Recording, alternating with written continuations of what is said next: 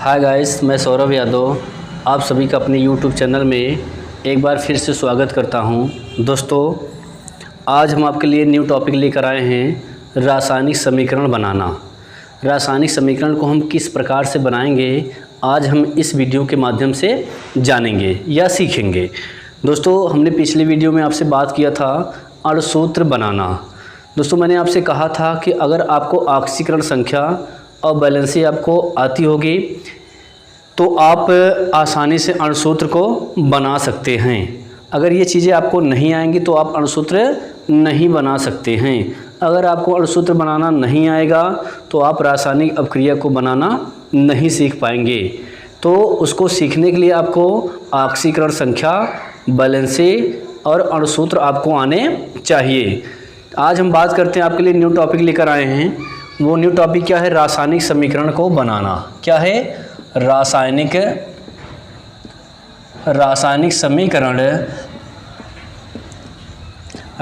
समीकरण को बनाना, यानी कि रासायनिक समीकरण को हम किस प्रकार से बनाते हैं। ठीक, तो रासायनिक समीकरण बनाने के लिए आपको ऑक्सीकरण संख्या आनी जरूरी है। जैसे अगर मैं आपको दे दूं सोडियम और प्लस क्या दे दूं, क्लोरीन, और मैं आपको कह दूं इस समीकरण को आपको बनाना है, तो इस समीकरण को आप किस प्रकार से बनाएंगे, इस चीज़ को हम जानेंगे। तो जैसे कि बात करते हैं दोस्तों ऑक्सीकरण संख्या की, तो सोडियम का परमाणु क्रमांक कितना होता है? 11 होता है। सोडियम के अंतिम कोश में कितने इलेक्ट्रॉन होते हैं? 1 इलेक्ट्रॉन होते हैं। अगर अंतिम कोश में इलेक्ट्रॉन की संख्या 1 है तो उसकी संयोजकता यानी कि बैलेंसी भी कितनी होगी? 1 ही होगी। तो सोडियम क्या है? धातु है। मैंने आपको एक ट्रिक बताया था, जिसकी बैलेंसी 1, 2, 3 होती है वो क्या होती है? धातु होती है। जिसकी बैलेंसी 5, 6, 7 होती है वो क्या होती है? अधातु होती है। तो जिसकी बैलेंसी 1, 2, 3 होगी वो इलेक्ट्रॉन को त्यागता है, और जिसकी बैलेंसी 5, 6, 7 होती है वो इलेक्ट्रॉन को ग्रहण करता है। तो इलेक्ट्रॉन को त्यागने वाला धातु कहलाता है और इलेक्ट्रॉन को ग्रहण करने वाला अधातु कहलाता है। बात करते हैं सोडियम का, तो सोडियम का परमाणु क्रमांक कितना होता है? 11 होता है। तो इसके अंतिम कोश में कितने इलेक्ट्रॉन होंगे? 1 इलेक्ट्रॉन होंगे। तो कहने का मतलब ये है कि सोडियम हमारा क्या होगा? धातु होगा। तो सोडियम की बैलेंसी 1 है, तो सोडियम मैक्सिमम कितने इलेक्ट्रॉन त्याग सकता है?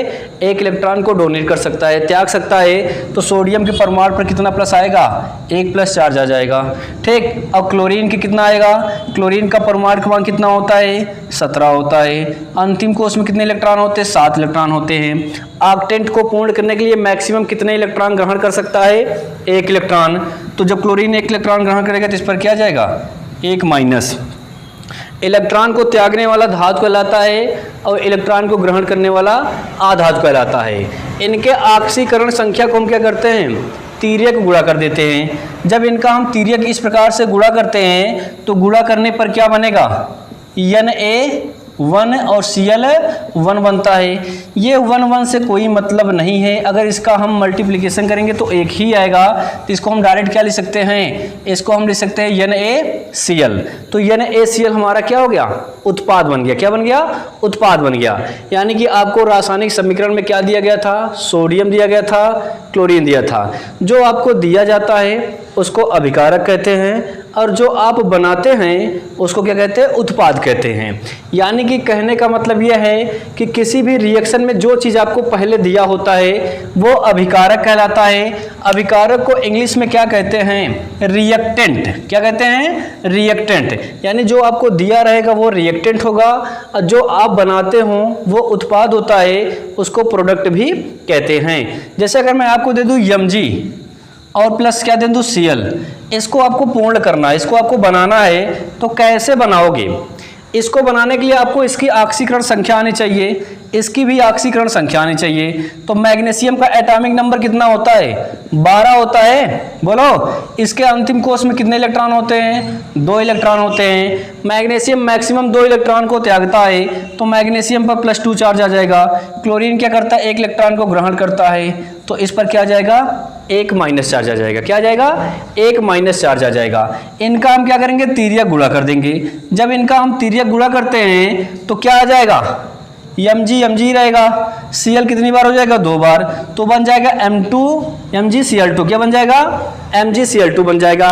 तो जो MgCl2 बना ये मैग्नीशियम क्लोराइड होता है, मैग्नीशियम क्लोराइड हमारा क्या होता है, उत्पाद होता है। इस प्रकार से हम छोटे छोटे रिएक्शन को आसानी से कर सकते हैं।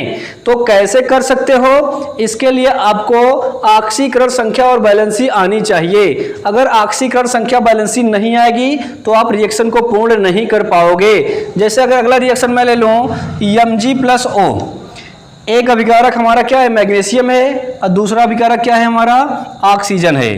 तो जब मैग्नीशियम ऑक्सीजन को रिएक्ट कराते हैं तो क्या बनता है, मैग्नीशियम के अंतिम कोश में 2 इलेक्ट्रॉन होते हैं, 2 इलेक्ट्रॉन त्यागेगा तो +2 आएगा।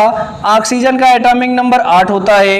इसकी बात करते हैं तो 2,6 अंतिम कोश में 6 इलेक्ट्रॉन है, ये मैक्सिमम 2 इलेक्ट्रॉन को एक्सेप्ट कर सका है, तो इस पर क्या जाएगा, -2 आ जाएगा। इसका हम क्या करेंगे, तिर्यक गुणा कर देंगे। जब तिर्यक गुणा करेंगे तो यह जाएगा Mg2O2, 2 से क्या हो जाएगा, कैंसिल हो जाएगा। तो ये क्या बन जाएगा, ये आपका बन जाएगा MgO, मैग्नीशियम ऑक्साइड या मैग्नीशियम मोनो ऑक्साइड हो जाएगा। मोनो मतलब एक होता है और डाई मतलब 2 होता है, ट्राई मतलब 3 होता है। ठीक, इस प्रकार से आप छोटे छोटे रिएक्शन को आसानी से बना सकते हैं। ठीक, अगला रिएक्शन देखते हैं, इसको आप उतार लीजिए, इसको आप नोट कर लेंगे। आगे बढ़ते हैं, अगला रिएक्शन आप लोग करके हमको दिखाओ। चलो अगला रिएक्शन आप लोग करो। अगला रिएक्शन अगर मैं आपको दे दूं AlCl, Al plus Cl, Al क्या है, एल्युमिनियम है, Cl क्या होता है, क्लोरीन होता है। इस रिएक्शन को आपको पूर्ण करना है। तो रिएक्शन को किस प्रकार से पूर्ण करेंगे, आपको ऑक्सीकरण संख्या आनी चाहिए। एल्युमिनियम का एटॉमिक नंबर कितना होता है, एल्युमिनियम का होता है 13। अंतिम कोश में कितने इलेक्ट्रॉन होंगे, 3 इलेक्ट्रॉन होंगे। एल्युमिनियम मैक्सिमम 3 इलेक्ट्रॉन को क्या कर सकता है, डोनेट कर सकता है। क्यों, क्योंकि ये क्या है, धातु होता है, मेटल होता है। क्लोरीन की बात करेंगे तो ये 1 इलेक्ट्रॉन को ग्रहण करता है। क्यों, क्योंकि ये क्या होता है, नॉन मेटल होता है, इसको आधातु के नाम से जाना जाता है। इसका हम क्या करेंगे, इसमें तिर्यक गुणा करते हैं। जब तिर्यक गुणा करेंगे तो ये हमारा क्या बन जाएगा, AlCl3 बन जाएगा। एल्युमिनियम ट्राइक्लोराइड इसको कहते हैं, क्या कहते हैं, एल्युमिनियम ट्राइक्लोराइड या एल्युमिनियम क्लोराइड भी कह सकते हैं। इस प्रकार से आप किसी भी रिएक्शन को आसानी से बना सकते। अगला ले लो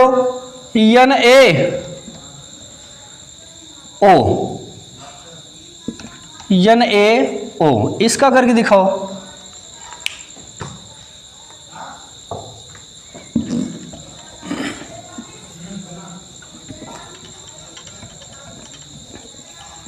NaO सोडियम का कितना होता है, +1 होता है। ऑक्सीजन का कितना होता है, -2 होता है। इसका इसमें क्या करेंगे, तिर्यक गुणा कर देंगे। क्या करेंगे, तिर्यक गुणा। जब इसका हम इसमें तिर्यक गुणा करते हैं तो ये क्या बन जाएगा, ये बन जाएगा Na2 और O, Na2O, सोडियम ऑक्साइड क्या बन जाएगा, सोडियम ऑक्साइड बन जाएगा। क्या बन जाएगा, सोडियम ऑक्साइड। इस प्रकार से आप किसी भी रिएक्शन को आसानी से कर सकते हैं। इस प्रकार से किसी भी रिएक्शन को आप आसानी से कर सकते हैं। अगला करके दिखा दो आप लोग। जैसे अगर मैं ले लूं N+H, नाइट्रोजन और हाइड्रोजन को ले लूं तो इसको रिएक्ट कराने पर क्या बनेगा, नाइट्रोजन और हाइड्रोजन को रिएक्ट कराने पर क्या बनेगा, कर दो। नाइट्रोजन का एटॉमिक नंबर कितना होता है, नाइट्रोजन का एटॉमिक नंबर होता है 7 होता है। इसके अंतिम कोश में कितने इलेक्ट्रॉन होंगे, 5 इलेक्ट्रॉन होंगे। तो इसके अंतिम कोश में कितने है, 5 है। ये कितने इलेक्ट्रॉन को ग्रहण करेगा, ये कितने इलेक्ट्रॉन को ग्रहण करेगा, 3 इलेक्ट्रॉन को ग्रहण करेगा, जिस पर क्या जाएगा, -3 आ जाएगा। ये 1 इलेक्ट्रॉन को डोनेट करेगा, जिस पर क्या जाएगा, +1 आ जाएगा। इसका इसमें क्या करेंगे, गुणा कर देंगे। तो यन ही हो जाएगा, क्योंकि एक बार गुणा हो रहा है। यच कितनी बार हो जाएगा, 3 बार हो जाएगा। तो हमारा क्या बन गया, अमोनिया बन गया। क्या बन गया, अमोनिया। और जो ये हमारा अमोनिया होता है इसको प्रोडक्ट कहते हैं, यानी कि उत्पाद जो बन रहा है वो हमारा क्या हो जाएगा, उत्पाद हो जाएगा। इस प्रकार से आप किसी भी रिएक्शन को आसानी से कर सकते हैं। ठीक, एक और करके दिखा दो आप लोग, N+F, इसको करके दिखा दो।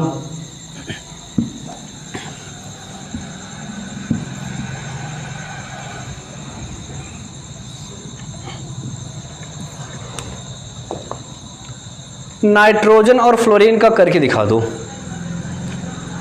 तो नाइट्रोजन का कितना होता है, -3 होता है। फ्लोरीन का एटॉमिक नंबर कितना हो जाएगा, 9 हो जाएगा। अंतिम को उसमें 7 इलेक्ट्रॉन, कितने इलेक्ट्रॉन ग्रहण कर सकता है, 1। तो इसका क्या हो जाएगा, -1 हो जाएगा। क्या हो जाएगा, -1। इसका इसमें क्या करेंगे, तिर्यक गुणा कर देंगे। क्या करेंगे, तिर्यक गुणा करेंगे तो क्या जाएगा, n एक बार हो जाएगा और F कितनी बार हो जाएगा, 3 बार हो जाएगा। N एक बार हो जाएगा और F कितनी बार हो जाएगा, 3 बार हो जाएगा। ठीक, इस प्रकार से आप किसी भी रिएक्शन को आसानी से बना सकते हैं। ठीक, चलो कर लो, हो गया। अगला क्वेश्चन आप लोग करके दिखाओ हमको। क्वेश्चन लिखो,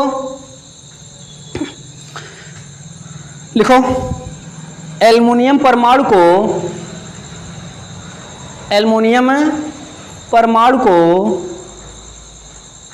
ऑक्सीजन परमाणु के साथ, एल्युमिनियम परमाणु को ऑक्सीजन परमाणु के साथ क्रिया कराने पर क्या बनेगा, क्रिया कराने पर क्या बनेगा।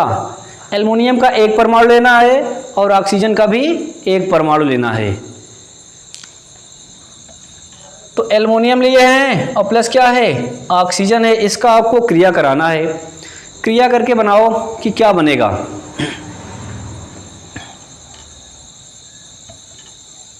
हो गया, चलो कर लो। एल्युमिनियम की ऑक्सीकरण संख्या कितनी होती है, +3 होती है। ऑक्सीजन कितना होता है, -2 होता है। इसका क्या करेंगे, तिर्यक गुणा कर देंगे तो ये बन जाएगा Al2 और ये हो जाएगा O3, एल्युमिनियम ऑक्साइड बन जाएगा। क्या बन जाएगा, एल्युमिनियम ऑक्साइड बनेगा। इस प्रकार से हम रिएक्शन को आसानी से बना सकते हैं। किसी भी रिएक्शन को बनाने के लिए आपको ऑक्सीकरण संख्या या परमाणु की बैलेंसी आपको आनी चाहिए। अगर ये दोनों चीज़ें आपको नहीं आएंगी तो आप रिएक्शन को नहीं बना सकते हैं।